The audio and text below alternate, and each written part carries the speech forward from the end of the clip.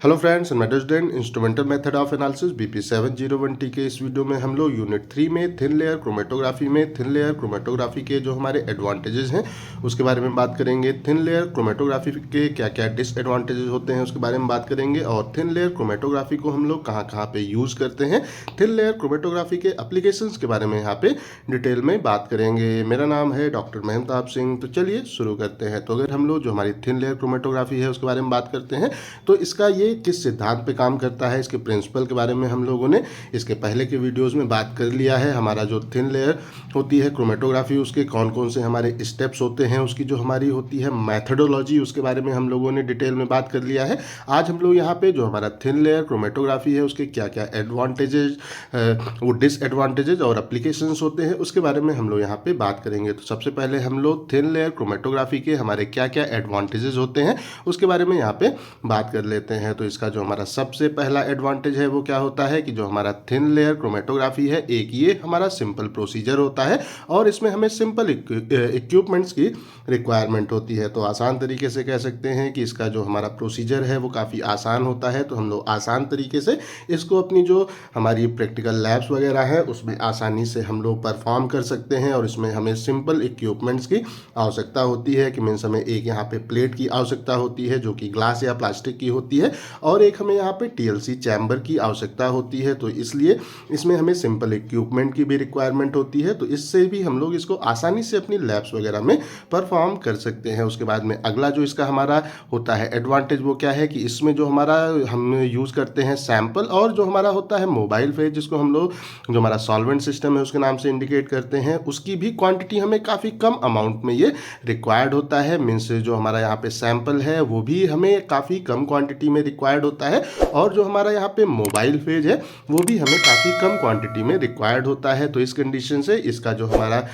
हम कह सकते हैं कि जो कॉस्ट है वो भी हमें कम देखने को मिलती है। उसके बाद में अगर इसका जो हमारा अगला यहाँ पे होता है हमारा एडवांटेज उसके बारे में बात करते हैं तो जो भी हमारा प्लेट है उसका जो हमारा डेवलपमेंट का टाइम होता है वो भी हमें TLC में काफ़ी कम रिक्वायर्ड होता है। अप्रॉक्सीमेटली कह सकते हैं कि 1 घंटे के अंदर ही हमारी TLC की प्लेट कंप्लीटली डेवलप हो जाती है। अगर हम लोग इसको और जो हमारी होती हैं क्रोमेटोग्राफिक टेक्निक उससे कंपेयर करते हैं, वो लाइक जो हमारा यहाँ पे होता है पेपर और वो क्रोमेटोग्राफी है या जो हमारा यहाँ पे कॉलम क्रोमेटोग्राफी है, उसमें हमें अप्रॉक्सीमेटली कुछ घंटे से 1 दिन तक का टाइम भी जो हमारा होता है डेवलपमेंट की प्रोसेस उसमें हमें यहाँ पे लग सकता है। बट अगर हम लोग TLC के बारे में बात करते हैं तो इसमें अप्रॉक्सीमेटली 1 घंटे से हम कह सकते हैं 1 घंटे का टाइम या 1 घंटे से कम का टाइम ही हमें TLC में प्लेट को डेवलप करने में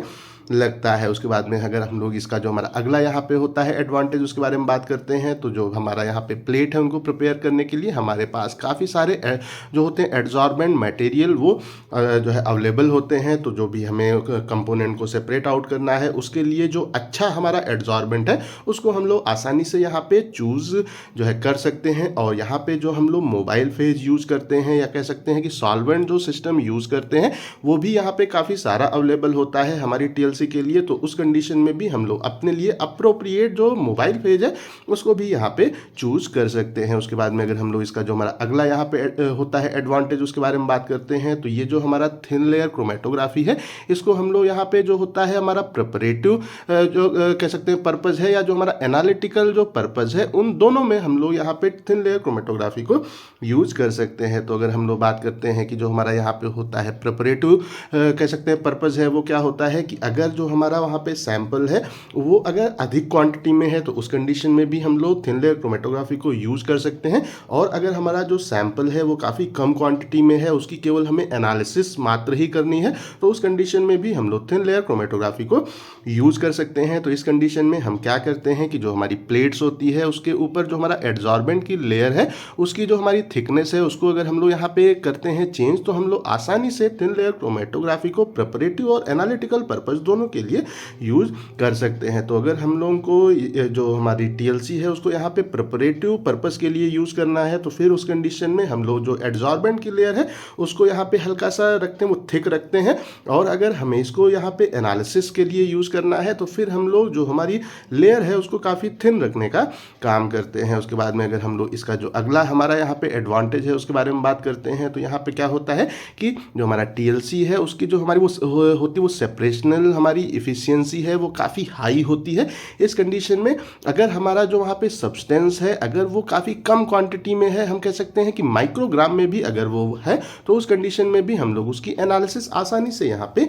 कर सकते हैं, क्योंकि हमारा जो टीएलसी है उसकी हमारी जो सेपरेशनल इफिशियंसी है वो काफ़ी हाई होती है। उसके बाद में अगर हम लोग यहाँ पे बात करते हैं तो अगर जो भी हमारा वहाँ पे होता है एडजॉर्बेंट, उसमें अगर हम लोग कोई भी फ्लोरेसेंट कंपाउंड को अगर ऐड कर देते हैं तो फिर हमारा जो वहाँ पे होता है प्रोसेस होता है विजुअलाइजेशन का या आइडेंटिफिकेशन का जो हमारा प्रोसेस होता है वो यहाँ पे काफ़ी ईजी हो जाता है, क्योंकि जो भी हमारा वहाँ पे एडजॉर्बेंट है जब उसमें हम लोग फ्लोरेसेंट कंपाउंड को ऐड कर देते हैं और उसके ऊपर हम लोग रेडिएशन को डालते हैं तो क्या होता है कि वहाँ पे हमें एक स्पेसिफिक वेवलेंथ की रेडिएशन उससे इमिट होते हुए देखने को प्राप्त होती है। तो ये हमें काफ़ी हेल्प करता है कि हम लोग जो भी हमारे स्पॉट्स वगैरह हैं उसको आसानी से उसका जो विजुअलाइजेशन है वो वहाँ पे वो कर पाए, और जो हमारा वहाँ पे हम कह सकते हैं कि जो वेवलेंथ की रेडिएशन वो इमिट करता है उसकी जो वेवलेंथ है वो क्या है, अगर उसको हम लोग डिटरमाइन करते हैं तो हम लोग आइडेंटिफिकेशन की प्रोसेस भी आसानी से यहाँ पे कर सकते हैं। उसके बाद में अगर हम लोग बात करते हैं तो यहाँ पे क्या है कि जो भी हमारा यहाँ पे टीएलसी की प्लेट होती हैं उनमें जब हम लोगों को यहाँ पे वो डिटेक्शन करना होता है तो अगर वहाँ पे हमें स्ट्रांग जो हमारे कोरोसिव यहाँ पे एसिड्स वगैरह है अगर उनको हमें उपयोग करना है तो उसको भी हम लोग आसानी से यूज़ यहाँ पे कर सकते हैं। अगर हम लोग एग्जाम्पल लें तो H2SO4 को अगर हमें अपने जो होता है डिटेक्शन की प्रोसेस उसमें अगर यूज़ करना है तो हम लोग टीएलसी में उसको आसानी से यूज़ कर सकते हैं, या अगर हमें जो हमारा वो डिटेक्शन की प्रोसेस है उसमें हाई हीट की अगर रिक्वायरमेंट होती है तो भी हम लोग टीएलसी में उसको यूज़ आसानी से हम लोग कर सकते हैं। अगर हम लोग इसको यहाँ पे जो हमारा पेपर क्रोमेटोग्राफी है उसे कंपेयर करते हैं तो अगर जो हमारा पेपर है उसके ऊपर अगर हम लोग स्ट्रॉन्ग एसिड को अगर डाल देंगे तो हमारा पेपर क्या होगा वहाँ पे गल जाएगा। अगर हम लोग हाई हीट उसके ऊपर अप्लाई कर देंगे तो क्या होगा, हमारा जो वहाँ पे पेपर है वो बर्न हो जाएगा। तो ऐसा दिक्कत हमारे टीएलसी की प्लेट के साथ में नहीं होता है। हम लोग यहाँ पे स्ट्रॉन्ग एसिड और हाई हीट को भी हमारा वो डिटेक्शन की प्रोसेस में यूज़ कर सकते हैं। उसके बाद में अगर हम लोग इसका जो अगला हमारा एडवांटेज है उसके बारे में बात करते हैं तो यहाँ पे जो हमारे कंपोनेंट हैं जिनको हम लोग सेपरेट आउट करते हैं उनकी जो हमारी रिकवरी है वो भी काफ़ी आसान होती है। अगर हम लोग थिन लेयर क्रोमेटोग्राफी के बारे में बात करते हैं तो इसमें हम लोग यहाँ पे क्या करते हैं कि हम लोग यहाँ पे कोई भी लेते हैं नाइफ या स्पैचुला से ही जो भी हमारा पाउडर है या हमारा जो वहाँ पे स्पॉट का एरिया है उसको हम लोग आसानी से स्क्रैच आउट वहाँ पे कर लेते हैं और उसको वहाँ पे वो निकाल के कंपोनेंट को आसानी से रिकवर हम लोग कर सकते हैं। उसके बाद में अगर हम लोग बात करते हैं कि जो हमारा यहाँ पे थिन लेयर होती है वो क्रोमेटोग्राफी, अगर उसको हम लोग जो हमारी और यहाँ पे एनालिटिकल कुछ जो हमारे मेथड्स होते हैं उनके कॉम्बिनेशन में अगर हम लोग यूज़ करते हैं तो फिर हमारी जो टीएलसी है वो काफ़ी यहाँ पे एडवांटेजेस हो जाती है। इसके एडवांटेज हमें और बढ़ते हुए देखने को मिलते हैं अगर हम लोग और एनालिटिकल जो मेथड है उनको इसके साथ में कंबाइन कर देते हैं। अब हम लोग थिन लेयर क्रोमेटोग्राफी के जो हमारे डिसएडवांटेजेस हैं उनके बारे में भी बात कर लेते हैं। तो जो हमारा थिन लेयर क्रोमेटोग्राफी होती है उसकी जो उसमें जो हम लोग प्लेट यूज़ करते हैं तो फिर वहाँ पे जो हमारा स्टेशनरी जो फेज़ है उसको हम लोग लॉन्ग स्टेशनरी फेज़ को नहीं यूज़ कर सकते हैं। तो यहाँ पे क्या है कि हमारी जो प्लेट है उनका जो साइज है वो वहाँ पे लिमिटेड होता है। तो उस कंडीशन में अगर हमें स्टेशनरी फेज़ लंबी चाहिए तो उस कंडीशन में हम लोग थिन लेयर क्रोमेटोग्राफी को यूज़ नहीं कर पाते हैं। अगर हम लोग यहाँ पे बात करते हैं तो यहाँ पे जो हमारा होता है वो सेपरेशनल जो हमारी वो लेंथ होती है वो यहाँ पे सिंपली हमारी वो लिमिटेड होती है। और अगर हम लोग जो हमारी और जो होती है क्रोमेटोग्राफिक टेक्निक उससे अगर इसको कंपेयर करते हैं तो आसान तरीके से कह सकते हैं कि जो हमारा यहाँ पे कॉलम क्रोमेटोग्राफी है उसमें हम लोग अपने जो हमारा कॉलम की लेंथ है उसको आसानी से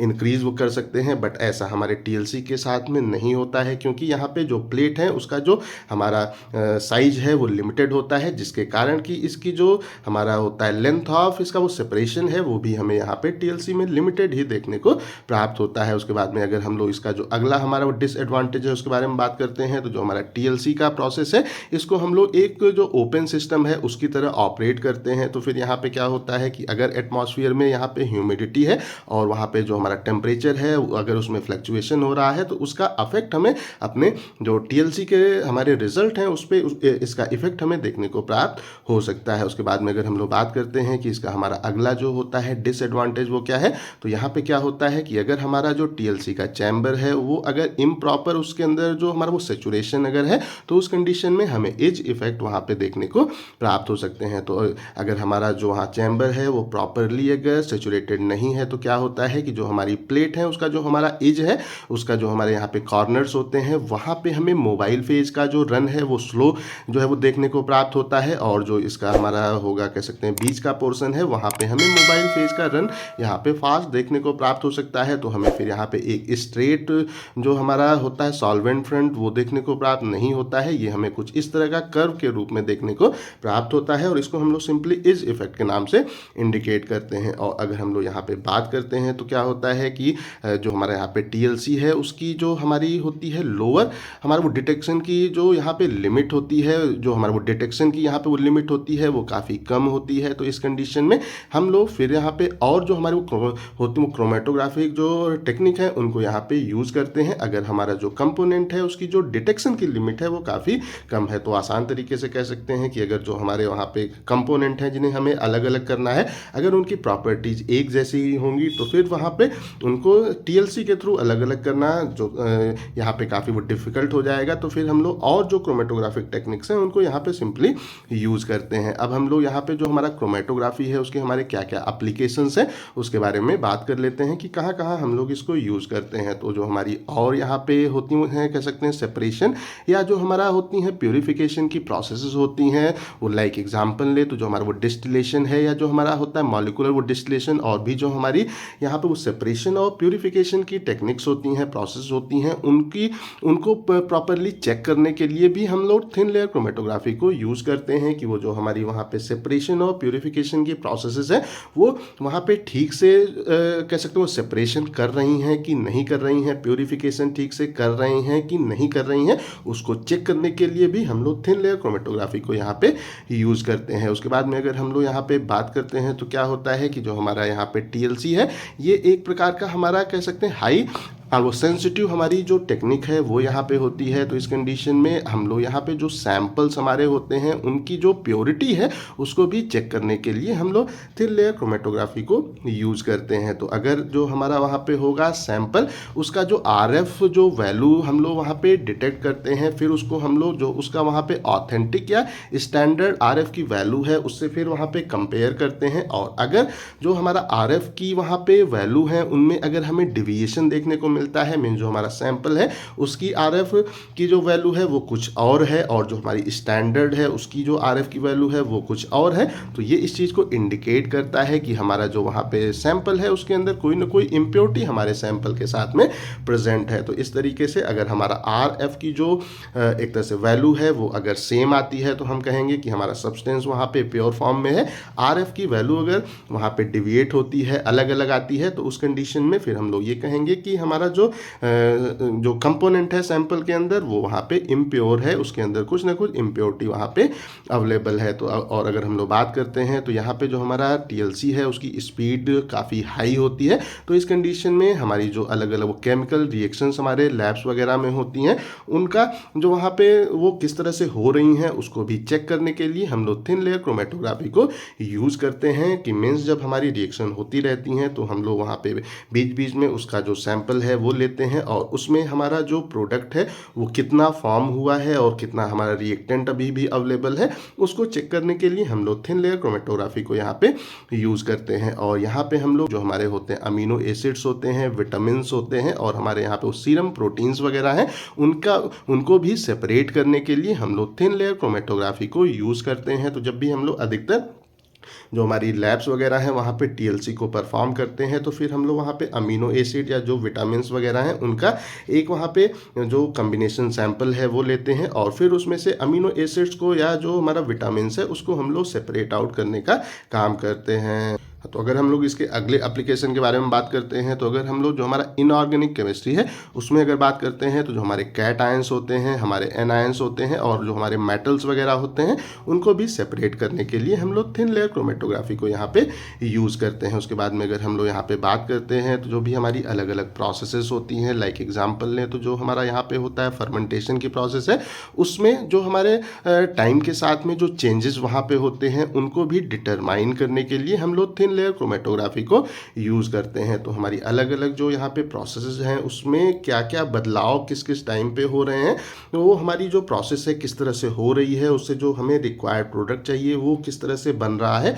उसको भी डिटरमाइन करने के लिए, ठीक प्रोडक्ट बन रहा है कि नहीं बन रहा है उसको डिटरमाइन करने के लिए भी हम लोग थिन लेयर क्रोमेटोग्राफी को यहाँ पे यूज़ करते हैं। उसके बाद में इसका अगला एप्लीकेशन है कि जो हमारा ब्लड है और हमारा यूरिन का जो सैंपल है उसकी भी एनालिसिस में हम लोग थिन लेयर क्रोमेटोग्राफी को यूज़ करते हैं कि जो भी हमारा ब्लड और हमारा जो यूरिन है उसमें जो हमारे होते हैं, कह सकते हैं कि बायोकेमिकल हमारे मेटाबोलाइट्स होते हैं, उनको उससे आइसोलेट करने के लिए हम लोग यहाँ पे थिन लेयर क्रोमेटोग्राफी को उपयोग करते हैं। उससे जो उसमें से हमारे ब्लड में से और हमारे यूरिन के सैंपल में से जो हमारे बायोकेमिकल मेटाबोलाइट्स हैं उनको वहाँ पे सेपरेट और आइसोलेट करने के लिए हम लोग यहाँ पे थिन लेयर क्रोमेटोग्राफी को सिंपली यूज़ करते हैं। उसके बाद में अगर हम लोग बात करते हैं कि जो हमारा यहाँ पे सॉयल होता है, मिट्टी होती है, और जो हमारा वाटर का सैंपल है उसमें हमारा जो यहाँ पे होते हैं पेस्टिसाइड या इंसेक्टिसाइड्स वगैरह हैं उनको भी डिटेक्ट करने के लिए, उनके भी डिटेक्शन में हम लोग थिन लेयर क्रोमेटोग्राफी को यूज़ करते हैं। तो वो जब भी हम लोग जो हमारा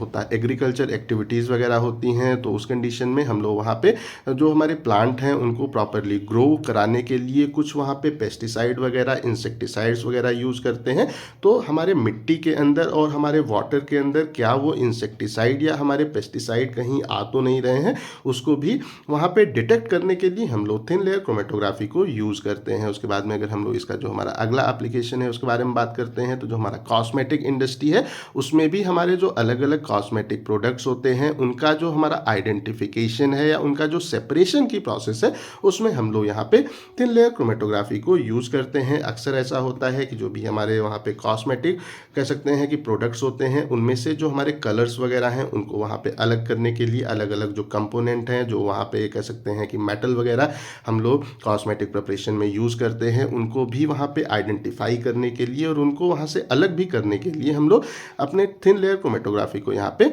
यूज़ करते हैं। उसके बाद में अगर हम लोग बात करते हैं तो जो हमारे अलग अलग प्रकार के नेचुरल प्रोडक्ट्स होते हैं उनका भी जो हमारा सेपरेशन और हमारा आइडेंटिफिकेशन की प्रोसेस है उसमें हम लोग ये जो हमारा TLC है उसको एज ए एनालिटिकल टूल हम लोग यहाँ पे यूज़ करते हैं। लाइक अगर एग्जाम्पल के बारे में बात करें तो जो हमारे हाइड्रोकार्बन्स होते हैं, हमारे यहाँ पे एरोमेटिक कंपाउंड है, एल्डिहाइड, एल्कोहल है, हमारा जो हमारा इसेंशियल ऑयल्स हैं, ईस्टर्स हैं, और जो हमारे यहाँ पे टर्पीन्स हमारे प्लांट्स के अंदर होते हैं उनको हम लोग यहाँ पे आइडेंटिफाई करने के लिए और सेपरेट करने के लिए थिन लेयर क्रोमेटोग्राफी को यूज़ करते हैं। उसके बाद में अगर हम लोग जो हमारे यहाँ पे होते हैं रेडियो केमिकल्स उनके बारे में बात करते हैं तो जो हमारे रेडियो केमिकल्स है उनकी जो प्योरिटी है उसको भी डिटरमाइन करने के लिए हम लोग थिन लेयर क्रोमेटोग्राफी को यूज़ करते हैं कि जो हमारे यहाँ पे रेडियो केमिकल्स हैं उनकी जो वो कितने प्योर हैं उसको पता करने के लिए भी हम लोग थिन लेयर क्रोमेटोग्राफी को यहाँ पे यूज़ करते हैं। और हमारी जो कुछ ड्रग हैं जिनकी जो क्वालिटी है उसको भी टेस्ट करने के लिए